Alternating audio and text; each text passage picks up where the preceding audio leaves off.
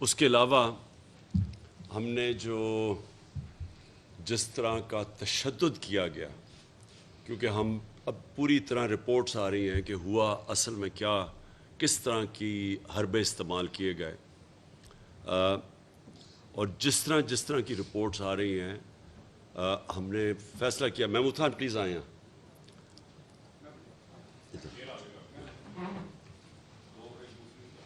ہم نے یہ فیصلہ کیا کہ ہم اس کو ہر فورم پہ اٹھائیں گے. ہم سپریم کورٹ میں، ہائی کورٹس میں، ہم ہیومن رائٹس آرگنائزیشن میں انٹرنیشنلی اس چیز کو اٹھائیں گے کہ انہوں نے ایک پرامن احتجاج جو جماعت 26 سال سے اس ملک میں ہمارا ایک ٹریک ریکارڈ ہے کہ ہم نے کبھی کسی قسم کا وائلنس نہیں کیا، کبھی انتشار کی پولیٹکس نہیں کی. ہمارے اوپر کئی دفعہ بڑا پریشر تھا جب ہم کراچی میں شروع کی، پارٹی بنائی کہ جی کراچی میں ان دنوں میں MQM کا دور تھا اور وہاں دہشت گردی بہت تھی. ہمیں لوگوں نے کہا کہ جی اگر آپ اپنے ایک ملیٹنٹ ونگ پارٹی میں نہیں بنائیں گے تو آپ کی پارٹی کراچی میں نہیں بن سکتی. اور سارے پارٹیز کے ملیٹنٹ ونگز تھے جو وہاں اس وقت کراچی میں تھی. ہم نے واحد پارٹی تھی جس سے فیصلہ کیا کہ ہم کسی قسم کا ملیٹنٹ ونگ اس لیے نہیں بنائیں گے کیونکہ ایک دفعہ جب آپ اپنی پارٹی کے اندر یہ ڈال دیتے ہیں ملیٹنسی تو وہ پھر پارٹی کے اوپر ٹیک اوور کر جاتی ہے. تو کیونکہ ہم نے ہمیشہ اپنے آپ کو ایک ڈیموکریٹک پارٹی سمجھا، تو اس لیے جو ایک پرامن احتجاج، اور میں ریپیٹ کرتا ہوں کہ یہ احتجاج کس چیز کا تھا، میں اپنی قوم کو بار بار یہ ریمائنڈ کرواتا رہوں گا کہ باہر کی سازش ثابت ہو گئی. سارے ہمارے فورمز میں، کیبنٹ کے اندر، نیشنل سیکورٹی کونسل کے اندر، پریزیڈنٹ نے باقاعدہ وہ مراسلہ سپریم کورٹ کے چیف جسٹس کو بھیجا انکوائری کے لیے. جب ثابت ہو گیا کہ باہر سے انٹرفیرنس کی گئی، مداخلت کی گئی، پاکستان کے ایک انٹرنل افیئر نو کانفیڈنس کو کامیاب کرنے کے لیے ایک 22 کروڑ قوم کے سٹنگ پرائم منسٹر کے خلاف، صرف اس لیے کہ وہ ایک آزاد فورن پالیسی چاہتا تھا کہ اپنے ملک کے جو فورن پالیسی تھی اس کا فائدہ اپنے ملک کے لوگوں کو ہو، پھر دوسری کسی اور قوم کے لیے اپنی فورن پالیسی ہو. اس وجہ سے یہ ساری بیرونی سازش ہوئی. اور میں آج اپنی قوم کو بتانا چاہتا ہوں کہ زیادہ ٹائم نہیں لگا آپ کے سامنے، صرف 6 ہفتے لگے ہیں آپ کو سمجھ آنے میں کہ میں کیا کوشش کر رہا تھا. اور یہ جو غلام جو انہوں نے ہمارے اوپر ایک امپورٹڈ حکومت، ایک غلاموں کو مسلط کیا ہے، یہ اب آپ کے سامنے ہے. 6 ہفتے نہیں گزرے کہ 30 روپے انہوں نے قیمتیں بڑھائی ہیں تیل کی، ڈیزل اور پٹرول کی، جبکہ ہندوستان کیونکہ آزاد فورن پالیسی ہے، اس کے باوجود کہ وہ امریکہ کا اسٹریٹجک ایلائی ہے، انہوں نے اپنی قیمتیں کم کر دی ہیں. 25 روپے لیٹر، مجھے ایگزیکٹ پتہ نہیں، انہوں نے کم کر دی ہیں کیونکہ انہوں نے روس سے تیل 30% کم پہ امپورٹ کیا، جو ہم نے روس سے نیگوشیٹ کر لیا تھا. حماد اظہر جو پیٹرولیم منسٹر ہے، انہوں نے خط اپنا دکھایا ہے کہ ہم نے ان سے 30% کم پہ، یعنی ہم نے ان کو ڈسکاؤنٹ پہ ان سے تیل لینے کا معاہدہ کر لیا تھا. تو انہوں نے امریکن پریشر پہ، اور پھر انہوں نے IMF پہ پریشر ڈالا، قیمتیں انہوں نے اس کی وجہ سے بڑھا دی. IMF نے پریشر ڈالا کہ آپ قیمتیں بڑھائیں پٹرول اور ڈیزل کی. اور پھر جدھر سے ہمیں سستا تیل مل سکتا تھا، وہ امریکنوں کے خوف سے، اپنے آقاؤں کے خوف سے انہوں نے وہ تیل نہیں لیا جو ہندوستان نے لیا، جبکہ ہندوستان ایک اسٹریٹجک ایلائی ہے امریکہ کا. اس کے باوجود انہوں نے سستا تیل لیا اور آج اپنے قوم کو فائدہ پہنچائے. یہ ہے فرق ایک آزاد فورن پالیسی کا، ایک غلامانہ فورن پالیسی کا، جس کی وجہ سے انہوں نے یہ میرے خلاف سازش کی. اس مراسلے میں لکھا ہوا ہے کہ عمران خان روس کیوں کیا، لکھا ہوا ہے اس کے اندر انہوں نے. اور دوسری وجہ ہمارے پروٹیسٹ کی یہ تھی کہ ایک یہ کہ ہم کسی قسم ہم آزاد لوگ ہیں، ہمارا ملک بنا تھا لا الہ الا اللہ کے نام پہ. ہمارا نعرہ وہ یہ تھا کہ ہم سوائے اللہ کے کسی کے سامنے نہیں جھکتے. یہ ضروری نہیں ہوتا کہ بت کے سامنے جھکنا شرک ہے. یہ آپ خوف کے بت کے سامنے بھی شرک ہے, لالچ بھی شرک ہے. آپ جب بھی کسی سے ڈر کے اپنے ضمیر کو بیچتے ہیں, یہ سب شرک ہے. تو ہم تو اس کو کبھی مانیں گے نہیں, اس امپورٹڈ حکومت کو. اور اس لیے ہمارا پروٹیسٹ ایک وجہ یہ تھی. اور دوسرا پروٹیسٹ اس وجہ سے تھا کہ یہ وہ حکومت ہے جس میں 60% لوگ ضمانت پہ ہیں. یہ اس ملک کے کرپٹ ترین لوگ ہیں. میں نے 26 سال پہلے جب پالیٹکس شروع کی تھی, میں کرپشن کو لے کے آیا تھا پاکستان کے ایجنڈا پہ. میں نے ان دونوں کو جوائن کر سکتا تھا. میرے لیے تو بڑا آسان راستہ تھا. میرا تو بڑا نام تھا. میں تو چاہے پیپلز پارٹی جوائن کر لیتے یا نون لیگ, اگر مجھے شوق ہوتا پاور لینے کا. میں نے تب کہا کہ دونوں کرپٹ ہیں. کوئی لوگوں نے کہا جی بیوقوف ایسے پالیٹکس نہیں آتی جی, ایک سے دوستی کر کے یا دوسرا. میں نے کہا یہ دونوں کرپٹ ہیں 26 سال پہلے. اور یہ لوگ اتنی جد و جہد کے بعد جب ہم ان کو شکست دی دونوں کو, اور جب ہم اقتدار میں آئے, تو یقین کریں کہ ان کے اوپر جو کیسز تھے وہ سارے پرانے کیسز تھے. ہم نے نہیں بنائے کیسز. ہماری گورنمنٹ نے کیسز بنائے, سوائے وہ مقصود چپڑاسی کے اور ایف آئی اے کے کیس شہباز شریف کے اوپر اور ٹی ٹی کا کیس. باقی سارے ان کے کیسز ان کے اپنے دور کے کیسز ہیں. تو وہ کیسز بھی ان کی اتنی پاور تھی, اتنا ان کا انفلوئنس تھا مافیا کا, ان کی اتنی پینیٹریشن تھی پاکستان کے انصاف کے نظام پہ کہ وہ کیسز ہی نہیں ختم ہوتے تھے. وہ چلتے جاتے تھے آگے, کبھی بیل ہو جاتی تھی. اور اب یہ اگر سمجھتے ہیں کہ ان سزا یافتہ لوگ, جو کہ وہ سب سے بڑا سزا یافتہ جو مجرم ہے پاکستان کا, جو یہاں سے بھاگا ہوا ہے, وہ وہاں سے بیٹھ کے فیصلے کرے گا پاکستان کے, اس سے سارے بھاگے جاتے ہیں اس سے اس ملک کے فیصلے کروانے کے لیے. اور دوسرا باپ بیٹا دونوں سزا ہونی تھی ان کو. یہ جو 24 ارب روپے ایف آئی اے کے کیسز کے اندر, ان کو سزا ہونے کا ٹائم تھا. کیسز کھینچتے رہے 1 سال تک.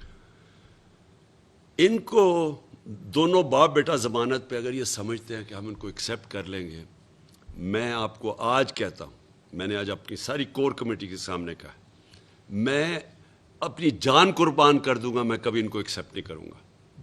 میں ان کے لیے آخری دم تک لڑنے کے لیے تیار ہوں. اور ہم نے آج یہ فیصلہ کیا ہے, آج ہم نے اپنا جائزہ لیا ہے, ہم نے پوری تیاریاں شروع کر دی ہیں. میں نے ان کو 6 دن کا ٹائم دیا تھا. اس کے بعد میں اناؤنس کروں گا کہ ہم پھر کب آ رہے ہیں اسلام آباد, اور انشاءاللہ اس باری تیاری کر کے آئیں گے. انہوں نے جو ہمارے ساتھ کیا, جس طرح کا تشدد کیا, جو انہوں نے گلو بٹ ہمارے خلاف استعمال کیے, جس طرح کے انہوں نے کیسز بنائے, سب کے اوپر, ہم سب کے اوپر کیسز بنا دیے, ایف آئی آر کاٹ دیے. کیونکہ ان چوروں کا یہی کام ہے. یہ جو مافیاز ہیں, ان کا کام ہی یہ ہے کہ یا تو لوگوں کو خرید لو, جس طرح ججز کے اوپر وہ جو کوئٹہ بینچ کے اوپر بریف کیس لگتے تھے, جو سارے انہوں نے ٹیلی فون کال کر کے ججز سے وہ جسٹس قیوم سے فیصلے لے رہے ہیں, یہ شہباز شریف یا ان کی پارٹی والے. یا پھر سپریم کورٹ کو ڈنڈوں سے حملہ کر لو اگر وہ پیسے نہ مانگے, اگر جسٹس سجاد علی شاہ. یہ تو وہ مافیا ہے. یا پھر ٹیپیں بنا لو ججز کے اوپر اور ان کو ٹیپوں سے بلیک میل کرو. یہ تو وہ مافیا ہے جس کو سپریم کورٹ نے کہا تھا سسلین مافیا. تو یہ لوگ اب ہمارے اوپر کیسز بنائیں گے, کتنی ایف آئی آر کاٹیں گے. ہم نے فیصلہ کیا, پہلے تو مارچ کی تیاری آج سے میں نے سب کو لگا دیا کہ ابھی سے اپنے اپنے حلقے میں جائیں اور تیاری کریں. اب وہ کہ جو انہوں نے ہمارے سے کیا ہے, اس کو ہم نے کیسے کاؤنٹر کرنا ہے, وہ ہم نے پورا پلان بنایا ہوا ہے. دوسری چیز, سپریم کورٹ میں ہم جائیں گے پٹیشن لے کے, اور سپریم کورٹ سے آج ہم پوچھیں گے, ہم انشاءاللہ منڈے کو لے کے جا رہے ہیں پٹیشن, کہ کیا اس ملک کے اندر ایک پرامن احتجاج, اور احتجاج بھی ان چوروں کے خلاف, پرامن احتجاج, کیا یہ اس ملک میں ایک ڈیموکریٹک پارٹی کا حق ہے یا نہیں ہے. ہمیں واضح طور پہ بتا دیں کہ کیا یہ پکڑ دھکڑ ہونی ہے اگر ہم اگلے پرامن احتجاج کریں گے یا نہیں ہونی. ہمیں یہ واضح طور پہ بتا دیں سپریم کورٹ کہ یہ ہمیں ساری جگہ سڑکیں بند کریں گے, کنٹینر لگائیں گے, ملک کو تنگ کریں گے, سب کو بند کریں گے. 20 لاکھ لوگ لندن میں عراق وار کے خلاف نکلے, ایک کنٹینر نہیں لگا, ایک کچھ نہیں کو, کسی نے کسی کو نہیں پکڑا, کسی نے رات کے اندھیروں میں چھلانگیں نہیں ماری ان کے گھروں کے اندر اور ان کی عورتوں کو تنگ کیا. میں آج ڈاکٹر یاسمین کو بٹھایا ہوا ہے. ڈاکٹر یاسمین 70 سال سے اوپر ہے. ان سے جو ساری ان کی ویڈیو چل رہی ہے کہ جو انہوں نے کیا ہے ہمارے ساتھ, کہ ہم جس طرح کوئی ملک دشمن تھے, ہم پتہ نہیں کوئی اسلام آباد میں کوئی انتشار پھیلانے آ رہے تھے. ہم نے 126 دن کا دھرنا کیا ہوا ہے اسلام آباد میں ڈی چوک میں. بتایا ہم نے کیا کوئی توڑ پھوڑ کی, کوئی کسی کو کچھ کیا. وہ بھی جو انہوں نے کیس بنایا وہ پی ٹی وی کا, میں چیلنج کرتا ہوں وہ فراڈ تھا. میں چیلنج کرتا ہوں, مجھے بتائیں وہاں سی سی ٹی کیمرہ لگے ہوئے, وہ ہمارے نہیں تھے. ابھی ہمیں انفارمیشن ہے انہوں نے کئی درختوں کو آگ لگا دی. وہ صاف نظر آ رہا ہے کہ وہ ہمارے لوگ ہی نہیں تھے. وہ ایک جگہ پولیس والے کر رہے تھے کہ ایک جگہ نون لیگ والے لوگ کر رہے تھے ہمارے اوپر ڈالنے کے لیے, کیونکہ یہ مافیا ہے. ہمارا ہمیشہ پرامن احتجاج رہا ہے. میں اگر پاکستان میں فیملیز کو بلا رہا ہوں, فیملیز کو کہہ رہا ہوں کہ آپ آئیں, اور فیملیز تھی رات صبح کے سارا راستہ جو میں اسلام آباد انٹر کیا 7 گھنٹے لگے, دونوں طرف سڑک کی تصویریں آپ کی, عورتیں کھڑی ہوئی ہیں, بچے لوگوں نے اٹھائے ہوئے ہیں. تو کیا ہم انتشار کرنے آ رہے تھے؟ تو ہم نے سپریم کورٹ کو انشاءاللہ منڈے کو جائیں گے. ہم نے سی سی پی اے لاہور اور وہ جو دوسرا ڈی جی آپریشنز ہے, ہم نے ان کے ڈی آئی جی آپریشن, ہم نے اس کے اگینسٹ عدالت میں جانا ہے, ان کے اگینسٹ ایف آئی آر کٹوانی ہے جو انہوں نے کیا ہے. اسلام آباد کا جو آئی جی ہے, جو مجرم, اس کو سزا ہونے والی تھی لاہور کی سیف سٹی میں, اس نے بٹھایا ہے یہاں تاکہ یہ غلط کام کرے. ہم نے جن ہم نے نام لکھ رہے ہیں پولیس آفیسرز کے, ساروں کو ہم نے لے کے جانا ہے جیل, ان کے اوپر ایف آئی آرز کاٹیں گے. ہم نے ان کو کبھی ان کے سارے نام سارے سوشل میڈیا پہ ان کی شکلیں ڈالیں گے جو انہوں نے اس ملک کے ساتھ کیا ہے. اور میں اپنے سپریم کورٹ کو, اپنی عدلیہ کو, دیکھیں یہ پاکستان کی جمہوریت کا اب امتحان ہے. کیا ہماری جمہوریت میں یہ آپ اجازت دیں گے کرنے کے لیے؟ کیا آگے اگر آپ پرامن احتجاج کے دروازے روکیں گے تو کیا ہم گھر میں چپ کر کے بیٹھ جائیں گے اور قبول کر لیں گے ان سب کو؟ کیا ہم بھیڑ بکری جو ہم ایکسیپٹ کر دیں گے ان چوروں کو, ان امریکنوں کے غلاموں کو؟ ہم تو نہیں کرنے لگے ان کو. ہمارے لیے کیا راستہ رہ جائے گا؟ میں بڑے ادب سے اپنی عدلیہ سے کہنا چاہتا ہوں کہ امتحان یہ آپ کا بھی ہے. ہم جا رہے ہیں آپ کے پاس, ہم سارے لیگل طریقے کریں گے, ہم ہائی کورٹس میں جائیں گے. ہمارے انہوں نے لوگوں کو نیچے پکڑا اور جو تشدد کیا اور جو انہوں نے راستے میں کیا لوگوں کے ساتھ اور جو عورتوں کے ساتھ کیا, میں صرف جو عورتوں کے ساتھ, جو وکلا کے ساتھ کیا, وکیلوں کی بس ہے, وہ وکیل وہاں ہیں, صرف ان کے وہاں عورتیں وکیل بھی تھی, جس طرح انہوں نے پکڑ کے ان کو مارا ہے. یہ ہے شریفوں کا کلچر, یہ ہے ان ڈاکوؤں کا, چوروں کا, مجرموں کا. یہ وہ لوگ ہیں جو کہ ملک لوٹنے آتے ہیں اور پھر باہر بھاگ جاتے ہیں, جدھر انہوں نے اربوں روپیہ رکھا ہوا ہے. صرف آتے ہیں جب ان کو اب این آر او ملے گا تو یہ انتظار ہے واپس آنے کی. اور میں اس کے بعد میں چاہوں گا کہ ڈاکٹر یاسمین آپ کے سامنے بات کریں, کیونکہ جو ان کے ساتھ انہوں نے کیا, میں چاہتا ہوں ان کی زبان سے میری قوم سنیں. اس سے پہلے اب جو ساری قوم کو پہلے ہی پتا تھا, ہم تو پہلے کہہ بیٹھے تھے, اب انہوں نے کیا آتے ساتھ ہی ملک کا تو بیڑا غرق کر دیا. آج جس ریٹ جو روپیہ گر رہا ہے, ان کے دور میں 6 ہفتے میں روپیہ گرا ہے. پاکستان کی تاریخ میں مجھے بتا دیں کہ کتنے چھوٹے ٹائم میں اتنی تیزی سے روپیہ گرا ہے. جو سٹاک ایکسچینج گری ہے, جو مہنگائی ہوئی ہے, جو پاکستان میں مہنگائی ہونے جا رہی ہے, یہ کبھی ہوئی ہے پہلے, اور جو پاکستان کی معیشت کا آگے جس طرف تباہی کی طرف جا رہا ہے, جو وہ سامنے جا رہا ہے, جو آگے حالات آ رہے ہیں اس ملک کے, جو ان سے کچھ سنبھالا نہیں جا رہا, فیصلے نہیں ہو رہے ہیں, کیونکہ بندر بانٹ ہوئی ہوئی ہے. اچھا جی تم یہ وزارت پکڑ لو, تم ادھر سے کرو, تو کوئی فیصلے نہیں ہوتے ان کے. تو یہ جو ملک کے ساتھ آج ہو رہا ہے، میں صرف آج اپنے اداروں کو یہاں بیٹھ کے ایک پاکستانی ہوتے ہوئے، میں آج ایک پاکستانی ہوتے آپ سب کو کہہ رہا ہوں کہ یہ ملک جا رہا ہے تباہی کی طرف. اس ملک کو بچانے کے لیے صرف ہم نے کوئی ٹھیکہ نہیں لیا ہوا، یہ ساری قوم کا ذمہ داری ہے، یہ اداروں کی ذمہ داری ہے جو یہ سارا تماشا دیکھ رہے ہیں. اور یہ اگر اسی طرح چلتا رہا تو وہ سب ذمہ دار ہوں گے جنہوں نے الاؤ کیا اس طرح کے کرپٹ مجرموں کو، سزائے یافتہ لوگوں کو، ضمانت پہ لوگوں کو جو 30 سال سے اس ملک کے اوپر قیادت کر، ان کو جو اوپر بٹھایا ہے، یہ سب ذمہ دار ہوں گے. میں بھی چاہتا ہوں کہ ڈاکٹر یاسمین صرف آپ یہاں بتا دیں کہ جو آپ سے ان سے کیا. جی میرا خیال ہے فوٹیج تو آپ ساروں نے دیکھ ہی لی ہوگی. اصل جو بات میں کرنا چاہتی ہوں، کانسٹیٹیوشن کے مطابق ایک خاتون کو اگر آپ نے اریسٹ بھی کرنا ہے یا پکڑنا بھی ہے تو آپ کے پاس لیڈی پولیس ہونی چاہیے. ہم ساری خواتین تھیں، کوئی لیڈی پولیس وہاں آپ کو، اگر آپ لوگ فوٹیج دیکھیں تو کوئی لیڈی پولیس نہیں تھی. اور کیونکہ پرامن احتجاج تھا، گاڑی میں خود ڈرائیو کر رہی تھی. پہلے تو انہوں نے مجھے گاڑی سے گھسیٹنے کی کوشش کی، جس کے اندر 3 آپ کو پتہ ہے مستنڈے جو تھے وہ کھینچ رہے تھے مسلسل، اور اس کی بھی فوٹیج میرا خیال آپ ساروں نے دیکھی. اور جب میں باہر نکلی اور اس وقت تک یعنی میں 10 بجے سے وہاں کھڑی تھی اور 12 ساڑھے 12 اس وقت تک ہو چکے، انہوں نے اتنی ٹیئر گیس پھینک چکے تھے. ہمارے لڑکے جو ہمارے کارکن تھے ان کو اتنا ان پہ تشدد کر چکے تھے کہ میں بطور ایک ماں مجھے بڑی تکلیف ہوئی. تو میں نے کہا میں گاڑی آگے جا کے، یہ جو لائن پولیس کی کھڑی ہے یہاں کوئی بڑا بندہ تو کھڑا ہی ہوگا نا، میں اس سے پوچھوں کہ بھئی کب تک تم یہ کرتے رہو گے، خدا کے واسطے کوئی رحم کرو ہمارے حال پہ. میں نے جو گاڑی ان کے پاس لے کر، اگر آپ وہ فوٹیج دیکھیں تو آپ کو یہ بھی نظر آئے گا کہ گاڑی میں بالا جا کے روکی میں نے گاڑی، اور میں نے کہا کہ میں کسی سے بات کر لوں. انہوں نے اس طرح ڈنڈے برسائے کہ اگر میں وہاں سے گاڑی ڈرائیو کر کے نہ نکلتی تو شاید انہوں نے مجھے بھی مار ڈالنا تھا. اور جس طریقے سے جنگلیوں کی طرح وہ پیچھے بھاگے. میں 72 سال کی ہونے والی ہوں اور یہ پہلی دفعہ نہیں ہے کہ میں احتجاج میں شامل ہوئی ہوں. 16 سال کی عمر سے میں احتجاج کر رہی ہوں.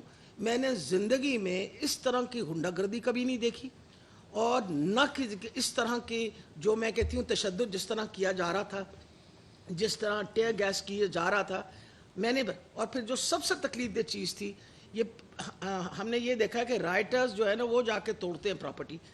ہم نے سب نے دیکھا، میڈیا نے اس کو دیکھا، ریکارڈ کیا کہ انہوں نے پرائیویٹ گاڑیاں جو سائٹس پہ کھڑی تھیں، یہ ان کے گلو بٹوں نے ان ساری گاڑیوں کو توڑا، ان کی ونڈ شیلڈز توڑی. بلکہ میری ایک گاڑی جو پیچھے کھڑی بھی تھی، کیونکہ اس کے اوپر خان صاحب کی اور میری تصویر ہے، انہوں نے اس گاڑی کی بھی جا کے ونڈ شیلڈ، وہ خالی گاڑی تھی، اس کی بھی جا کے ونڈ شیلڈ توڑ دی. اس لیے، اور سب سے بڑی بات ہے، وہ کہتے ہیں نا جی یہ جو 4 دیواری والی بات، میں وہاں گواہ ہوں اس بات کی کہ حماد اظہر کے گھر کے اندر پولیس ٹاپ کے آ رہی تھی، اور میں اپنی ویڈیو سے دکھا رہی تھی ان کو، اپنا میڈیا کو، کہ یہ دیکھیں یہ پولیس جو ہے یہ ٹاپ کے آ رہی ہے اور ان کے پاس کوئی کسی قسم کے. یہ جب اندر آئے ہیں تو انہوں نے مجھے کہا کہ اب چلے میرے ساتھ، تو میں زمین پہ بیٹھ گئی. میں نے اس لیے زمین پہ بیٹھ گئی تو میں نے کہا ایک خاتون ہونے یہ ہاتھ تو نہیں لگائیں گے نا مجھے، اور اسی امید سے میں زمین پہ بیٹھی رہی. اور ان کو پھر احساس ہوا، کیونکہ اتنی دیر میں میڈیا پہنچ گیا، ان کو بتایا انہیں جب میڈیا آیا، ورنہ تو شاید اس وقت بھی مجھے اس وقت بھی گھسیٹ کے لے جاتے.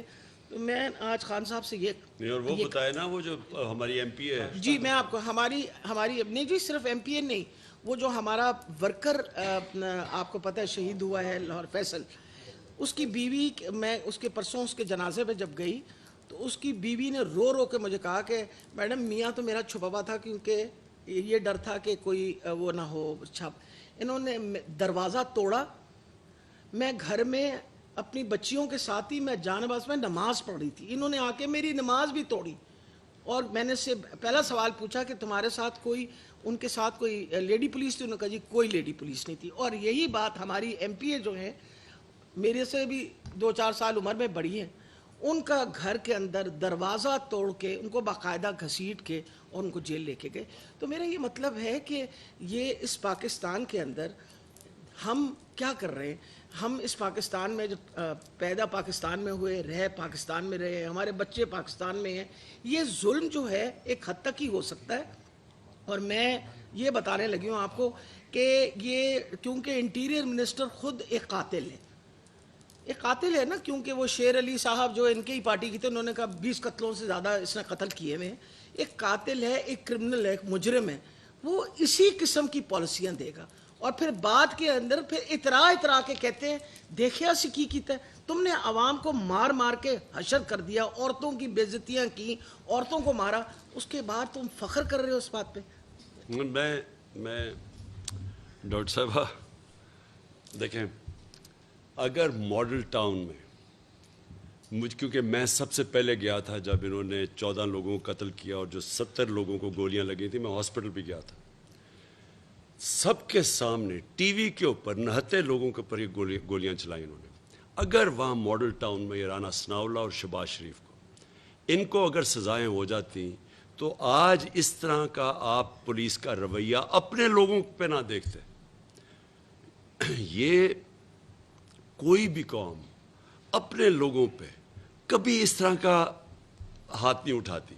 میں نے انگلینڈ کے اندر کیا 25 سال اپنے زندگی کے 2 پارٹیز، کنزرویٹو، لیبر، لبرل، ان کی پالیٹکس دیکھی ہے. مظاہرے میں نے وہاں بھی دیکھے ہیں. میں نے آپ کو بتایا 20 لاکھ لوگ نکلے عراق وار کے خلاف. میں نے کبھی کسی پولیٹیکل پارٹی کے لوگوں کے مظاہرے کے اوپر یہ چھوڑیں یہ کہ ڈنڈے مارے اور رات کو اٹیک کر کے لوگوں کو، عورتوں کو، آپ تصور بھی نہیں کر سکتے کہ کبھی کوئی اس طرح کا ان کے اوپر کوئی پولیس ایسے جا کے کوئی دھکا بھی دے سکے. تو یہ جو کر رہے ہیں، یہ پاکستان کو دھکیل رہے ہیں، یہ جو گلو بٹ کی ساری ان کا، اور یہ ابھی سے نہیں ہے، جب سے یہ شریف آیا ہے، نواز شریف، انہوں نے، مجھے یاد ہے کرکٹ سرفراز نواز ہوتا تھا 1989، ہم کرکٹ ہی کھیلتے تھے، اس کو وہ اس نے کئی تنقید کر دی، اس کو ڈنڈوں سے مارا. یہ غلام حسین صاحب بیٹھے ہوئے ہیں یہاں، ان کی پٹائی کی 81 میں. نجم سیٹھی جو کہ آج کل بڑا ان کا سپورٹر بنا ہوا ہے، 2 دن انہوں نے بند کر کے اس کو پھینٹا لگایا. اس کی بیوی، میں افسوس کرنے گیا تھا اس کی بیوی کے ساتھ کہ اس نے بتایا کیسے پکڑ کے. ان کی یہ ہسٹری ہے، ان کی یہ فیشسٹ ہے. اور یہ ڈیموکریسی صرف یاد آتی ہے اپوزیشن کے اندر، جیسی گورنمنٹ میں آتے ہیں یہ ایسی حرکتیں کرتے ہیں. تو میں 2 چیزیں آخر میں کہنا چاہتا ہوں. ایک کہ اگر ان کا خیال ہے آج ہماری پارٹی میں غصہ ہے، میں نے جو اس دن رکا ہوں، میں صرف اس دن، ہم ساری تیاری کر کے آئے ہوئے تھے وہاں بیٹھنے کے لیے، میں صرف ایک وجہ سے رکا کہ جس طرح کا غصہ تھا لوگوں میں، کیونکہ کوئی نہیں سمجھ رہا تھا. سپریم کورٹ نے صبح کوئی ہمیں وہ دی گائیڈ لائنز دیں آئیں کہ جناب رکاوٹیں بھی ہٹ جائیں گی، چھوڑ دیا جائے ورکرز کو گرفت. ہم سارے سمجھے کہ سارا کچھ ٹھیک ہو گیا. تو جو انہوں نے اس کے بعد کیا، ہم تیار ہی نہیں تھے مینٹلی اس کے لیے کہ جس طرح انہوں نے مارا ہے لوگوں کو. میں صرف اس کے اوپر ایک چیز کہنا چاہتا ہوں، جتنا غصہ تھا اس وقت، مجھے پوری طرح یقین تھا کہ اگلے دن وہاں خون ہونا تھا، لوگوں نے لڑنے کے لیے تیار ہو گئے تھے، گولی چل سکتی تھی، لوگوں کے جو جذبات تھے وہ وہاں پہنچ گئے تھے. میرا صرف اور صرف ایک مقصد تھا کہ میں تو الیکشن کروا رہا ہوں، میں یہاں کوئی ملک میں انتشار تو نہیں چاہتا. اداروں کے خلاف نفرت، پولیس کے خلاف تو پنجاب پولیس کے خلاف تو ویسے نفرت بڑھ گئی تھی، اداروں کے خلاف، فوج کے خلاف بڑھ جانی تھی، کیونکہ رینجرز نے بھی شیلنگ کی تھی وہاں، تو ان کے اگینسٹ بھی غصہ پڑا تھا. اس لیے میں نے تب سوچا کہ میں بجائے اپنے ملک کو اور اس طرف انتہا کی طرف لے جاؤں، ہم ان کو ٹائم دیں. میں نے 6 دن کا ٹائم دیا ہے، 6 دن کے بعد میں پھر اناؤنس کروں گا. میں یہ امید رکھتا ہوں کہ سپریم کورٹ ہمیں ہمارا جو رائٹ ہے، یہ ہمارا حق ہے کہ ہم پرامن احتجاج کر سکتے ہیں، میں یہ امید رکھتا ہوں کہ وہ رائٹ دیں گے. اور اب دیکھیں گے سپریم کورٹ کیا کہتا ہے. لیکن ہم نے نکلنا ہے، ہم نے کسی صورت ان چوروں کو تسلیم نہیں کرنا. اور جو انہوں نے اسمبلی میں کیا ہے، پہلے الیکشن کمیشن ان کا نوکر تھا جو چیف الیکشن، اب اپنے اور 2 آدمی انہوں نے بھرتی کروا لیے ہیں وہاں، اور اب یہ نیب کا اپنا آدمی رکھوانے لگے ہیں. یعنی کوئی دنیا میں یہ ہوتا ہے کہ کوئی آپ جیلوں کے اندر جو چور ہیں ان کو کہیں گے کہ وہ خود ہی اپوائنٹ کرے گا کہ کون اس کی تفتیش کرے گا، کون اس کے اوپر فیصلہ کرے گا. یہ کہ دنیا میں سنا ہے کہ یہ FIA کا انہوں نے تباہ کر کے رکھ دیا FIA، کیونکہ ان کے اوپر 24 ارب کے کیسز تھے، اور وہ ابھی اس کیسز سے بھی نکل جائیں گے۔ 40 ارب کے خاندان کے اوپر نیب میں کیسز ہیں جو سامنے ہیں، 40 ارب روپے کے، اب وہ نیب کو بھی کنٹرول کر لیں گے۔ کیا یہ قوم تسلیم کرے گی اس کو؟ میں اپنے اداروں سے آخر میں پوچھتا ہوں، کیا یہ آپ اپنے ملک کی تباہی، جس طرف یہ ملک کو دھکیل رہے ہیں تباہی کی طرف، کیونکہ چوری تو ختم ہو گئی نا، اس کے بعد تو آپ بھول جائیں نا کہ اگر ان چوروں کو آپ نے، اپنی نیب بھی بن جائے گی، اپنی FIA بھی بن جائے گی، اپنی الیکشن کمیشن بھی بن جائے گی، اور اس کے بعد کہیں گے کہ جی اچھا جی اب آ کے الیکشن لڑ لو، نیب میں آپ کے کیسز یہ درج کرا دیں، ہم سب پہ FIR کٹ گئی ہے، ہم FIR، یعنی یہ ہمیشہ انہوں نے یہی کیا ہے۔ کیا یہ سمجھتے ہیں، میں اپنے وہ سارے معتبر اداروں سے پوچھتا ہوں کہ کیا یہ پاکستان کا جو ڈائریکشن ہے، کیا یہ ہمارے جو بچے ہیں، جو آنے والی نسلیں ہیں، ان کا یہ آپ سوچ رہے ہیں آگے کہ یہ کس طرف جا رہا ہے؟ میں تو اس کو تسلیم نہیں کرنے لگا، اور میں پھر سے آج کہتا ہوں کہ نمبر 1 ہم عدالت پہ جا رہے ہیں اور سارے اپنا کیس پریزنٹ کر رہے ہیں، ہمیں اجازت دی جائے، اور پھر نمبر 2 ہم اپنی پوری پلاننگ کر رہے ہیں۔ آج ہم نے کیا کیا سبق سیکھے ہیں، کیا کیا ہم نے اوائڈ کرنا ہے، اب ہم تیاری کر رہے ہیں، دوسری طرف ہر قسم کی تیاری کر رہے ہیں، لیکن ہم نے کبھی ان چوروں کو تسلیم نہیں کرنا۔ جی پلیز پلیز پلیز۔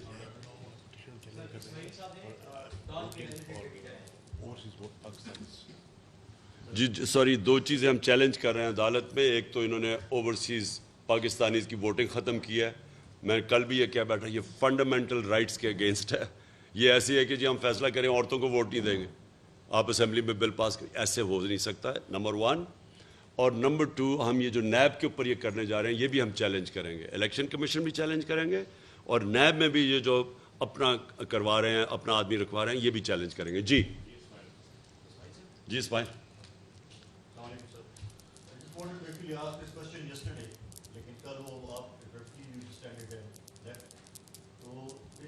اس نے آپ کو پتہ ہی سوال اٹ واز فرمائشی، آپ کو پتہ نا فرمائش کدھر سے آئی ہوگی۔ جی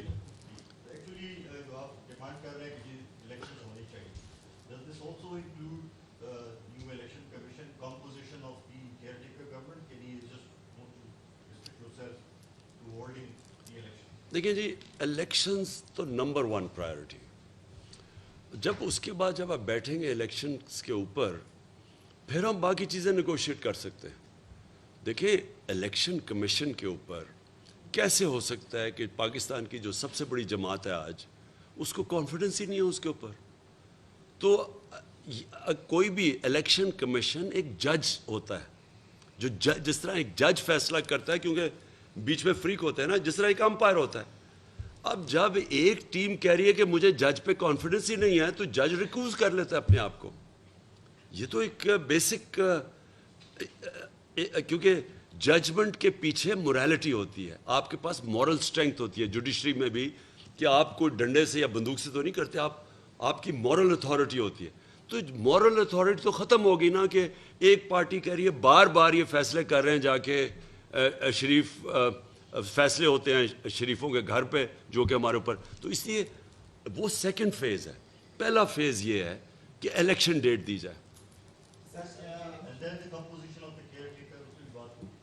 جی وہ سیکنڈ فیز ہے۔ جی سر، جیسے کل آپ نے ایک فلیکسیبلٹی کا مظاہرہ کیا اور آپ نے کہا کہ جی ہم مذاکرات کے لیے جا سکتے ہیں لیکن کنڈیشنلی، تو اس مذاکرات کی جو کنڈیشن ہے، اس میں ویسے بھی امکان ہے کہ واپس اسمبلی میں جایا جائے اور اسمبلی میں جا کر اس مذاکرات کے سلسلے کو آگے بڑھایا جائے۔ دوسرا، آپ نے جیسے کہا کہ لوگوں میں غصہ تھا، باقی ہم نے دیکھا ہے 25 تاریخ میں وہ وہاں پر تھا، غصہ ہم نے دیکھا کس قسم کا تھا، لیکن ایک طرف عام عوام تھی، دوسری طرف جب یہ آپ واپس ہو گئے تو وزیر اعظم صاحب وہاں پر آئے اور پولیس فورس سے ملے اور ان کو شاباشی دی کہ آپ نے تشدد کیا ہے۔ پھر ہم نے مریم نواز صاحبہ کو دیکھا کہ وہ لاہور گئی ہیں، جو شہید کانسٹیبل اس کے گھر گئی ہیں، اس پر بھی آپ کے حوالے سنا تھا جی کہ اس کے بھی آپ ذمہ دار ہیں۔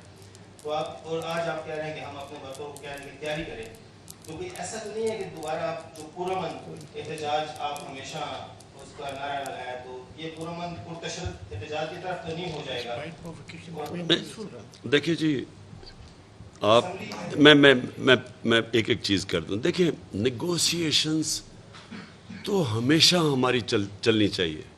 نیگوسیشن کیونکہ میں کوئی جنگ تو نہیں چاہتا نا.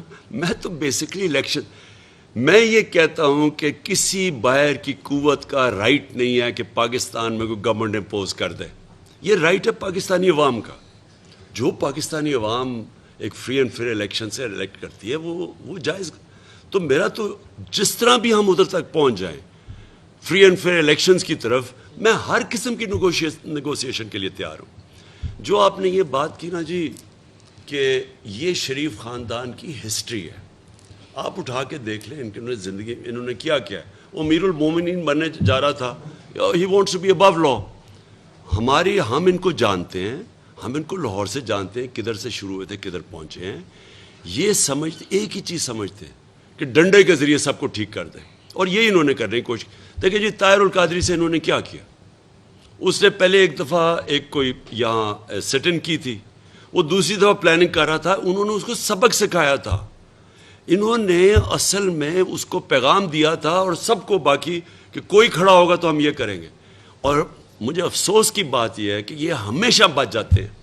ہمارا جو عدالتی نظام ہے، مجھے افسوس سے کہنا پڑتا ہے کہ جتنی انہوں نے شریف خاندان کو بچایا ہے نا آج تک، ہر چیز سے بچ جاتے ہیں. یہ آپ ان کو اٹھا کے دیکھیں کیسز، ان کے ہدایبہ پیپر مل کیس لے لیں، جو ان کے پیرے کیسز ہیں. ان کے 6 ارب روپے کے ان کے اوپر لون ڈیفالٹ تھا، 6 ارب روپے کا. عدالت نے کہا جی کہ 14 سال کے بعد کہ نہیں جی آپ کو ضرورت ہی نہیں ہے وہ اس کے اوپر مارک اپ دینے کی. کبھی کسی بزنس سے یہ کیا ہے کہ 14 سال کے بعد 6 ارب، آپ صرف 6 ارب زمین میں ڈال لیں، وہ کوئی 100 ارب کا پہنچ جائے 14 سال کے بعد. انہیں کہتے نہیں جی آپ کو مارک اپ دینے کی ضرورت. ان کو جتنے فائدے کروائے گئے ہیں ہمیشہ بچ جاتے ہیں. جو بھی ابھی آپ کے سامنے ہے، یہ شہباز شریف نے جا کے جی میں گارنٹی دیتا ہوں وہ واپس آ جائے گا. ہم نے کہا کم از کم 7 ارب روپے، ہماری کیبنٹ نے کہا، کیبنٹ کا فیصلہ تھا کہ 7 ارب روپے کا کم از کم بانڈ ہی لگوا لو. انہوں نے کہا نہیں جی ٹھیک ہے، شہباز شریف نے گارنٹی دے دی. میں صرف یہ کہہ رہا ہوں کہ جتنا ان کو جو انصاف کے نظام نے پاکستان میں آج تک ان کو بچایا ہے، کسی اور پارٹی، باید پیپلز پارٹی کی میں ایک بات مانتا ہوں، وہ بار بار بے نظیر کہتی رہتی تھی کہ ان کو یہ ہمیشہ ان کے لیے مختلف ہیں سٹینڈرڈز جسٹس کے جو ہمارے ہیں، وہ بالکل ٹھیک کہتی تھی. دیکھیے جی اسمبلی وہ ساری چیزیں سیکنڈری ہیں. جب تک الیکشن کی ڈیٹ نہیں ملتی اس کے بعد اس کے آگے باتیں نہیں جا سکتی. جی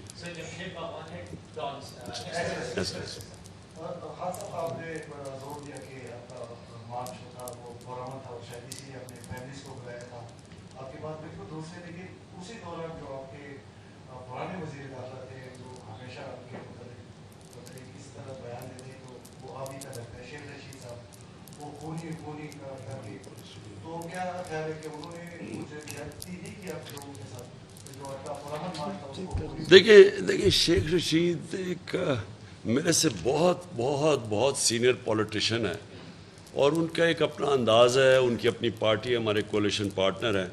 لیکن میں تو اپنا ہی کہہ سکتا ہوں نا، وہ تو ان سے پتہ نہیں ان کا خون کس طرح، وہ شاید ان کو شریفوں کو تو خیر ان کے ساتھ بڑی دیر تک رہ چکے ہیں، وہ شاید ان کو جان کے یہ سوچتے ہوں گے. لیکن دیکھیں میں آپ کے سامنے، میں نے ہمیشہ ہمارے جلسوں میں، آپ سارے جلسے اٹھا کے دیکھ لیں، بلکہ میاں والی جیسی جگہ پہ، یہ کوہاٹ جیسی جگہ پہ کبھی اتنی خواتین نہیں آئیں جلسے پہ جو آپ آئی ہیں. تو ہم ایک اکراس دا بورڈ ایک پارٹی ہے جو ہر قسم کی اٹریکٹ، دینی مدرسے سے لوگوں کو لے کے انگلش میڈیم کلاس جو کبھی نان پولیٹیکل، سب کو اٹریکٹ کرتے ہیں ہم، کیونکہ ایک براڈ بیسڈ ہماری اپیل ہے. اس لیے میں کبھی بھی انتشار کے لیے نہیں، اس لیے ہماری پوری کوشش ہے کہ سپریم کورٹ سے ہم کلیئرنس لیں، اور پھر ہم ایک ملک میں صرف ان کو دکھانا چاہتا ہوں کہ قوم کھڑی کدھر ہے. میں جب بلاؤں گا اس بار یہ لوگوں کو، سپریم کورٹ کی ایک دفعہ کلیئرنس ہمیں ہو جائے کہ یہ گلو باٹا ان کے، اور یہ جو انہوں نے خاص طور پہ چینجز کیے ہیں، انہوں نے پولیس میں چینجز کیے، بیوروکریسی میں چینجز کیے، اپنے وہ خاص لوگوں کو لانے کے لیے جنہوں نے یہ تشدد کیا. میں صرف سپریم کورٹ سے